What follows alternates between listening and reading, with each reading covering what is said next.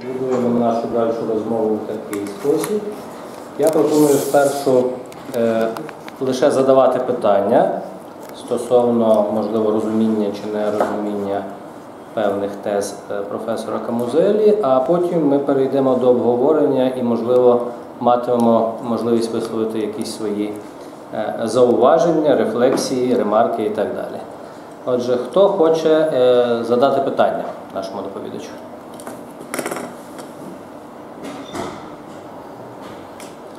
Все зрозуміло. Може, перш, поки навіть думає, I have a question. So, do the nations are epistemically objective in the same way as unicorns, yetis, and dragons?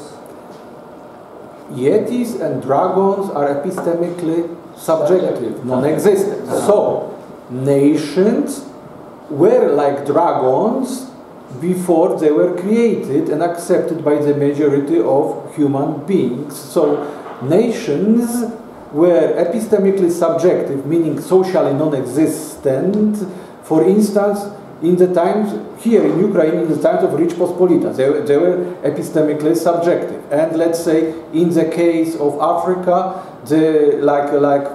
for instance, Kenya, nations were epistemically subjective before Kenya gained independence and recreated itself as a nation state, I guess it was 1962 or 1.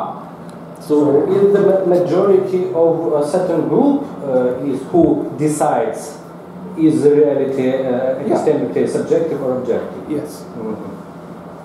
Because, okay, I actually expected this question, so I have a postscriptum. You are basically you are asking where is the material location of the social reality? Because obviously, if you accept the materialist point of view, you don't have to. But if you accept the materialist point of view, there is only the material world. There is nothing beyond it. At least we don't know about it. So, the social reality is also part of the material reality. So, how is the social reality embedded in the material reality? It is basically stored in our brain. So, that's what I mean, that the social reality is visible, quote unquote, only to those who are in the know.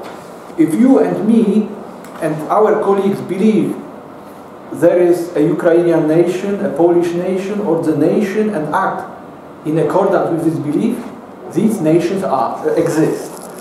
If we don't believe in it and we believe that the society in Ukraine is divided and in Poland is divided between serfs and the nobility, only this social reality exists.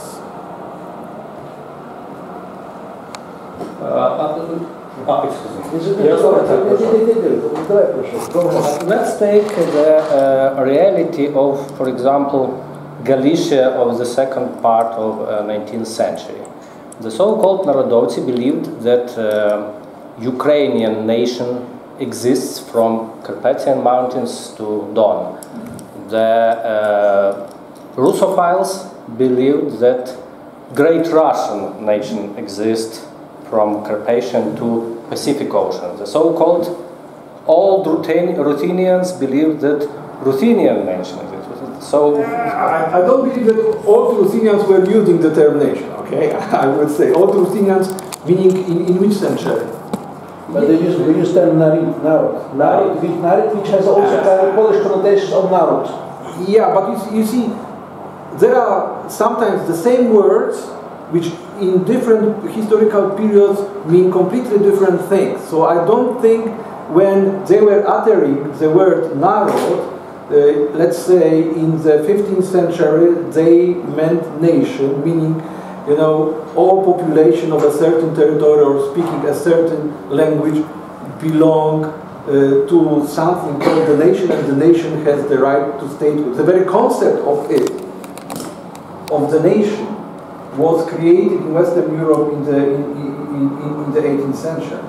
So that's the problem with words. Sometimes a given word remains the same, but it means completely different things. So we should be careful about it. That's why I was drawing the distinction between language and languages. Sprache und Einzelsprache. But you were asking the question, please continue. Yes, I want to ask which of these nations existed or okay. The best answer to this dilemma is given by Krok. Yeah? So he says, because you are asking about the spread of the certain idea and acceptance of it by the target population. So we know from our historical research that there were many more national projects which failed, meaning the idea didn't spread and was not accepted by the target population, then succeeded. So basically, when these narodowcy in the 19th century Galicia, they had the idea of the Ukrainian nation, this nation was real for them. They were a certain elite group, but it was not real for the majority of the target population. I will give you a very interesting example I came across in a book on the history of Croatian nationalism, which I read like 2 months ago. You've heard about Karadzic, the guy who created the Serbian language, and Ludovic Gajic, the guy who created the Croatian language, standard language, I mean. These guys were friends and scholars, and they had this kind of a competition, you know. They tried to find out which nation is bigger, you know, my Croatian nation or your Serbian nation. And they made an experiment. In the early 1840s, if I'm not mistaken, they went to Dalmatia. Dalmatia, which was Slavic-speaking, very backward even in comparison to Galicia, like it was desperately poor, like 95% of population were illiterate, and those who were literate were using actually Italian. Okay, so kind of similar, but in a way different situation.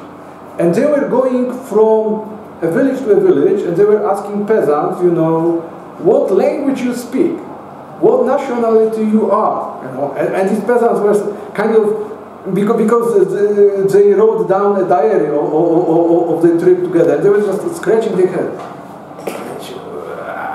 I don't get you. I mean, I'm from here. You know. I'm an inhabitant of village X or Y. You know, I'm Orthodox. Okay, fine. I mean, I'm Catholic, and there is the Papa Rimsky. Yeah? And they were not getting it. But you've heard that there are Hrvati, Croatian, yeah, something like this. Okay, my language is Croatian. Fine, bugger off. I need to plow my plot of land. Yeah? So they were surprised because this area was there is the Serbian nation, the Croatian nation. They will go to Dalmatia, which is Slavic speaking, and they will decide where is the border between the Serbian nation and the Croatian nation. And they noticed that the peasant didn't have this idea. They had it at all. The idea was implanted into their heads by education, by the press, by elementary school, which was obligatory for all, and by the development of mass politics in the Austrian half of Austria-Hungary after the introduction of the full male suffrage in 1907. So can only the majority of target population decide? I don't know. Obviously, you know what, you are asking about the situation of 50-50, yeah? When something is happening. Obviously, it is a crucial moment. Why don't we respect the rights of minorities according to principles of modern democracy? I don't think it is the question about my talk. It's the question about the norms within the nation states.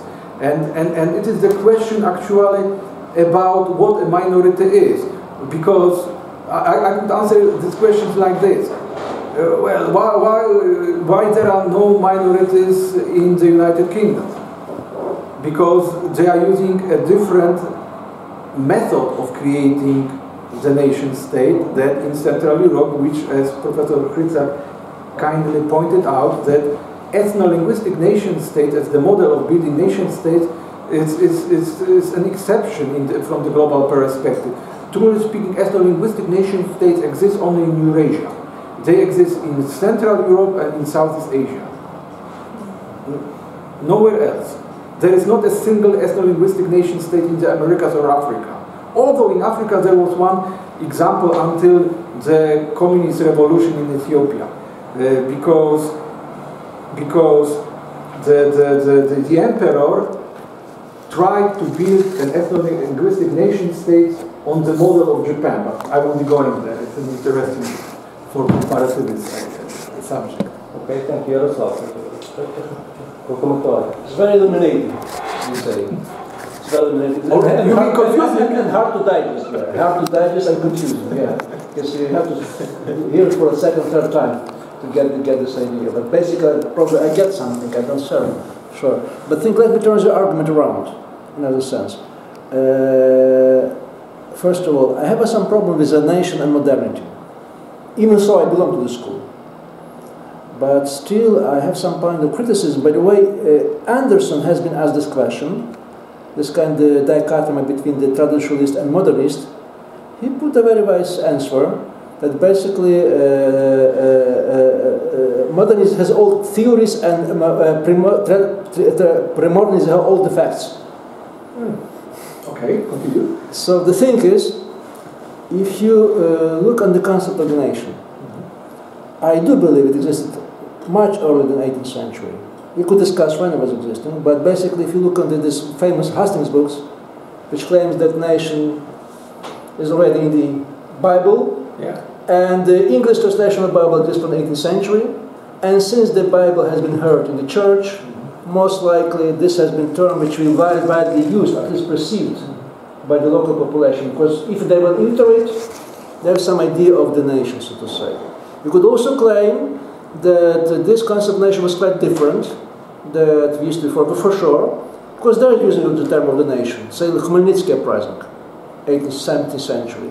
If not the 17th century, at least in the chronicles which describe this event in the 18th century, they use the concept of the nation. By the way, it means a state, basically. It was a state, limited nation, illiterate, nobility, kind of. Yeah, but then you are changing the definition of the nation. In this way, everything was the nation. No, that's the nation. This is exactly my question. And this somehow reflects how large is supposed to be the group that believes that they are a nation. Because sometimes, or most of the time, even in terms of nationalism, I think even in the Second World War, I believe, in this part of the world, probably with the exception of the Soviet Union, but still not sure, those who believe nation are still minority. And we're still talking about the age of nationalism. So how large is supposed to be this group that believes they are a nation? Most likely, I believe this is still minority. Look, I would answer it like this. My talk, the goal of it is to provide a certain instrument of analysis, which is not to provide answers to questions. It is for analyzing the subject matter which you have at hand, and you can analyze it. You can analyze the subject matter of your research with the use of this analytical instrument, if it turns out useful. However, if you ask about the nation and Hastings and so on, well, we can argue about the term. What is pretty hard and well known is that it is a Western term, yeah? And the West, it's a very minor part of the world. Obviously, it dominated the world, so spread this idea. But you know, if we ask these questions only within the spatial confines of part of Europe, we are parochial. We are not able to reflect on the global spread of nationalism as it is today. Now, obviously, in Rzeczpospolita, the term natio was used, but it basically meant nobility. So it was another term for any state. However, when you go to Poland or to Ukraine and you ask a person from which nation you are, the person would answer, I'm a member of the Ukrainian nation or the Polish nation, but the person doesn't mean that he or she is a nobleman. And in a way, I believe, I may be wrong, I answered your question giving the example of this research trip conducted by Karadzic and Ludovic Guy to Dalmatia and asking peasants there about this term nation. They were completely flabbergasted by the concept of the nation, narod, that's what they use, and they were Orthodox, and also they were flabbergasted by the term Jazyk. But because Jazyk is very much connected to writing, to the technology of writing, and these peasants were illiterate. So they didn't know all these kind of examples. We have plenty of them. We used to quote them, we used to joke about them. This is something which we know. But my question is something different, because still, if you define this epistemological objectivity, let's keep this term, objectivity, by the group that believes that such phenomenon exists.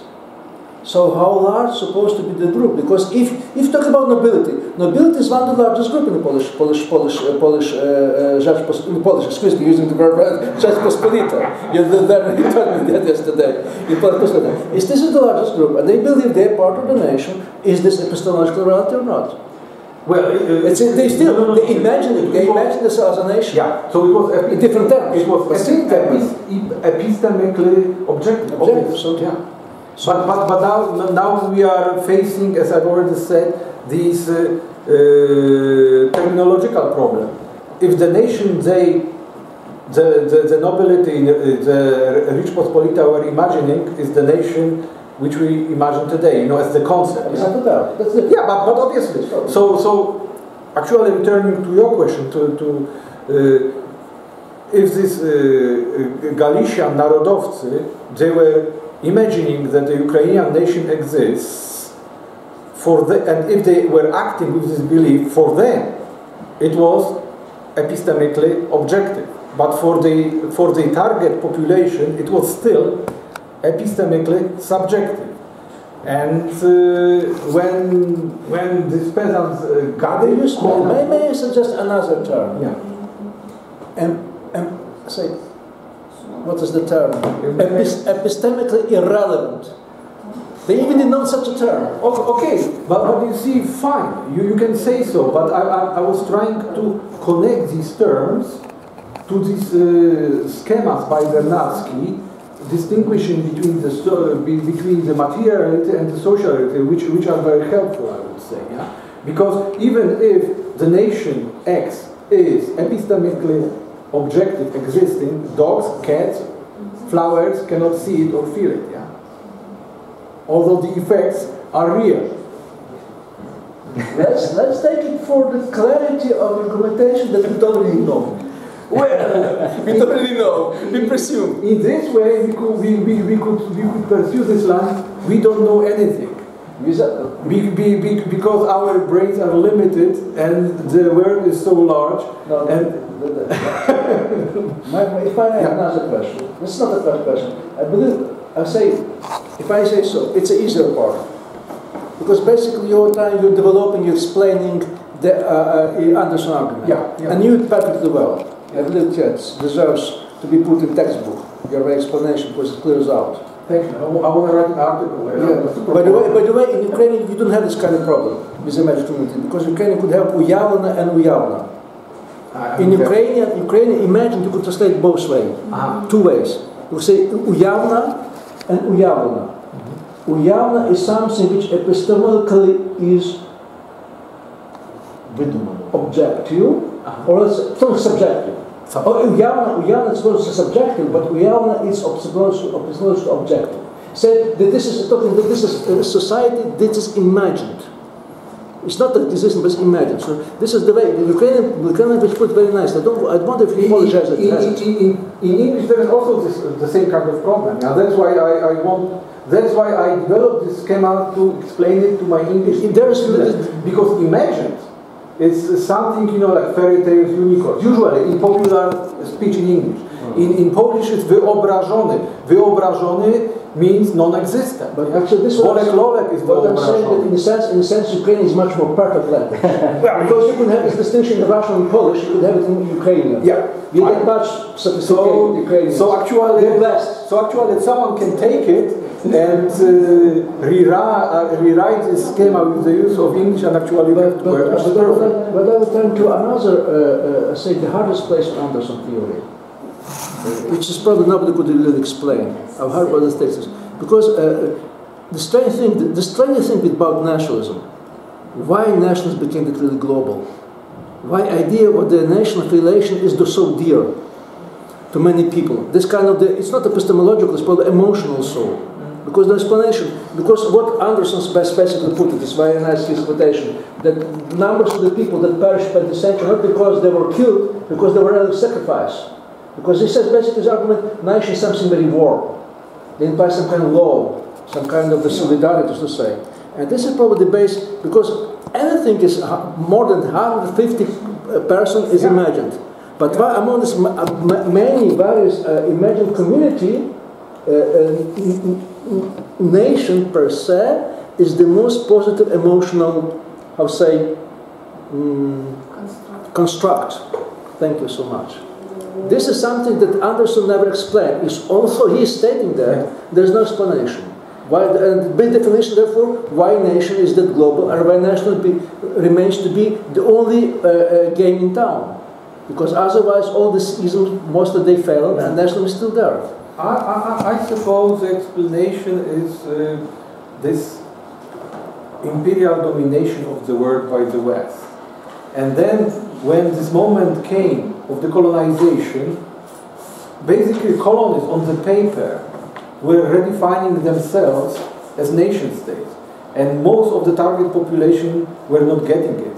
And then the school was getting into overdrive. They were teaching school children, ideally all of them, you know, using history textbook, using textbook of a certain language. And it didn't work very well in some of the post-colonial nation states, like the democratic so-called Republic of Congo. On the paper you have the Congolese nation, in reality you don't have the Congolese nation. So I found an explanation in a review of Anderson's book, which is kind of funny, but I still take it as it is. Yeah. It says basically, why they're so dear? Because emotionally, personalities are formed in the age between 3 and 6 years. And they're growing, sort of, being human beings. And this is exactly the point is, because mostly this is the songs that lullabies that are sung to you in the cradle. And the sound that, therefore, by this token, language becomes important. Because language will presume some kind of emotion bubble. That's why nationalists are so much interested in education and in the curricula. This kind of a myth should be taught, because we want to produce this kind of people believing in thing X or Y, which agrees with this or that nationality. So yeah, I would just say that in times when kids are sung as lullaby national songs or anthems, they started to feel this is like a, but they belong to this nation emotionally. Chinua Achebe, he wrote this famous book, Things Fall Apart. He's a recently deceased Nigerian writer. He got even Nobel Prize. And actually he's writing about this moment. Nigeria is being created. Yeah? Your mom is singing your lullabies, which has nothing to do with the nation. They have to do with some village and with some Igbo kings and so on and so on. But because of the colonial administration, every kid of which the administration can get hold of needs to go to school, and they are being taught about the Nigerian nation. And obviously nowadays, I don't know, I've never been to Nigeria. Maybe there are lullabies about the Nigerian nation, but I don't know. You see, that's the problem of the nationality studies. That most of the cases from which theories of nationalism were developed are taken from Europe, and actually they are taken from Central and Eastern Europe, which does not make sense, because on such a limited sample you cannot explain the global character of nationalism as it obtains nowadays. That's my main criticism of nationalist studies nowadays. You know, I'm still surprised by these American, Canadian scholars coming to Ukraine, Poland, the Czech Republic and studying nationalism. Why won't you go to the States? And I'm always surprising my American students by asking such a question. How many politics within the United States? Sir, do you mean states? 50. No. I mean, apart from states, federal territories. Oh, you mean Puerto Rico? No, forget about Puerto Rico. And I'm asking them. There are like 400 federal territories apart from the state and apart from Puerto Rico. And they're surprised. Reservations. What about these? Yeah? Isn't it a kind of nationalism? What's going on there? And what are the borders of the American nation? Why reservations are not part of the state and they are under federal jurisdiction, but these people are called tribes or nations? There is nothing, next to nothing, by the way of research on these phenomena. So probably I could propose that our scholars could go to the states, to these federal territories and do research, on nationalities over there. Let me return to my role as a moderator. Колеги, хто ще хоче виступити з запитанням або коментарем? Будь ласка. Бо так якось Ярослав і Томаш узурпували греду. Це я більше буду. Як завжди. Ну добре. I have two short and not important remarks. Can you show us first slide after the title?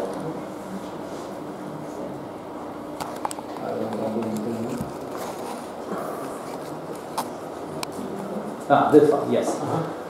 So, it seems to me that at least two of these theses are from Anthony Smith, his reconstruction of basic doctrine of nationalism. Yes, but my remark is such: believe that the humankind is naturally divided into nations, and then you show us it seems to me third slide where we can see that nationalists believe that nations are natural and eternal. Not all of them. There were very important national thinkers. For example, Charles Maurras, who wrote that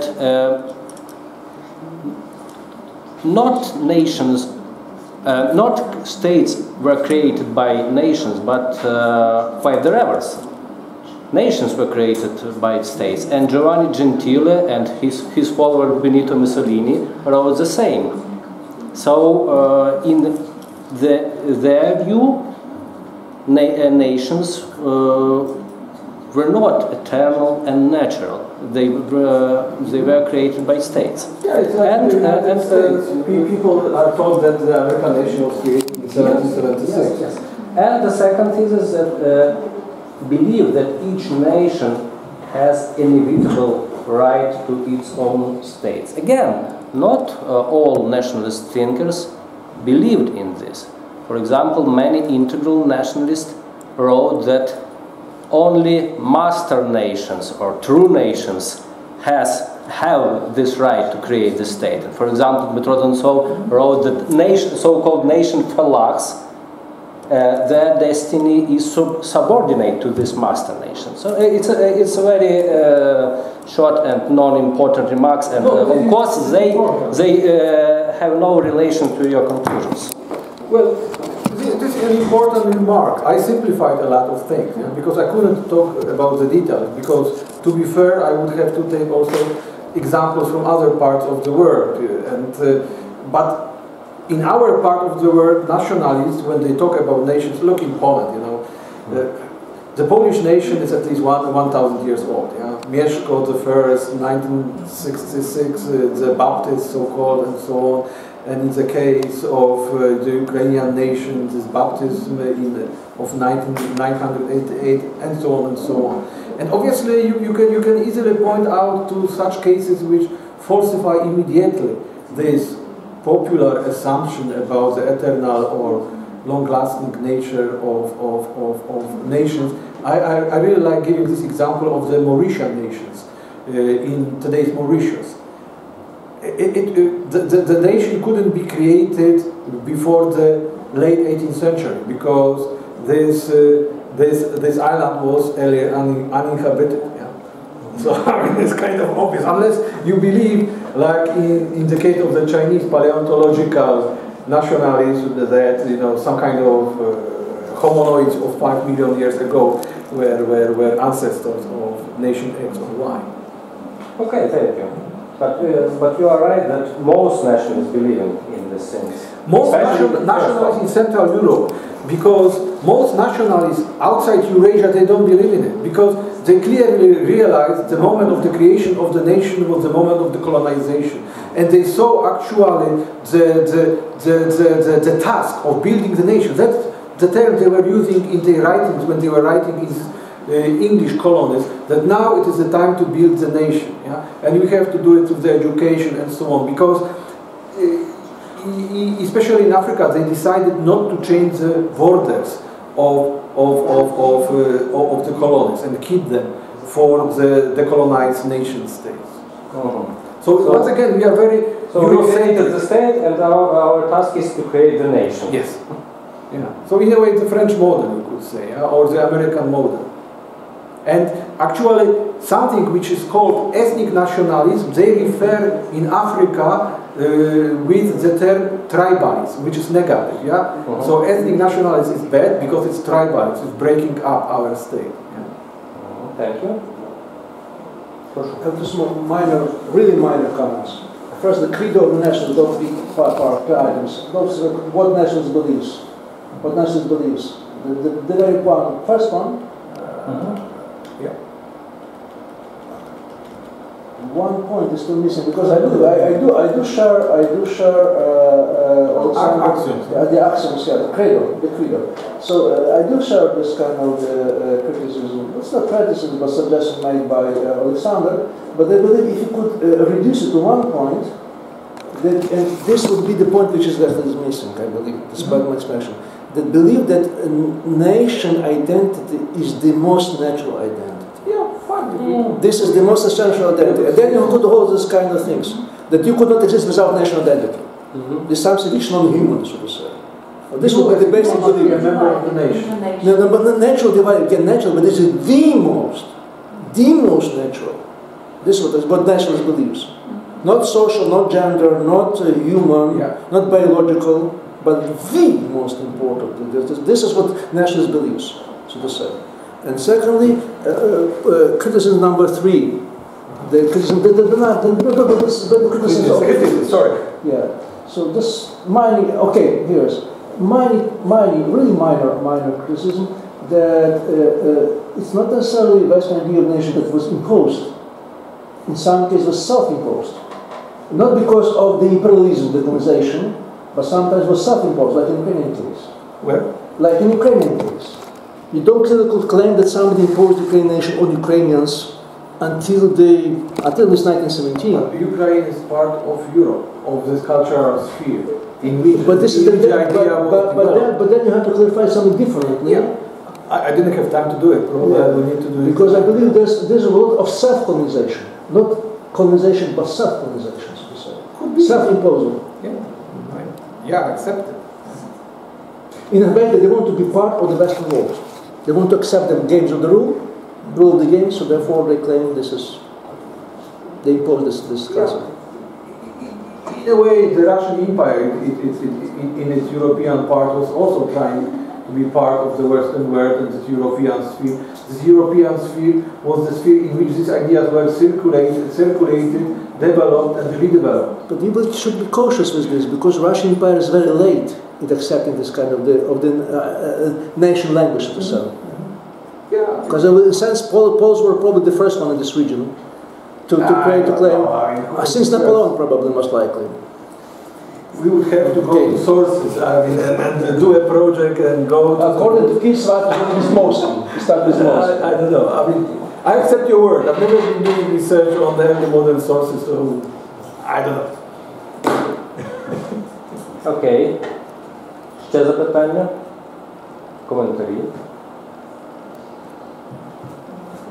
So, thank you very much, Professor. Дуже дякуємо за цю цікаву і стимулюючу дискусію лекції.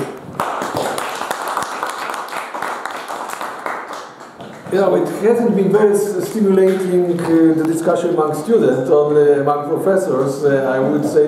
So I hope that this talk can be posted and made available to students. I'm happy to share the slides. So maybe in the future they will refer to these ideas, criticize them or use them. Famous Kamusella talk. The famous Kamusella talk. No. Just trying to discuss it and use it, if it works or not. Thank you, Lana. Thank you so much.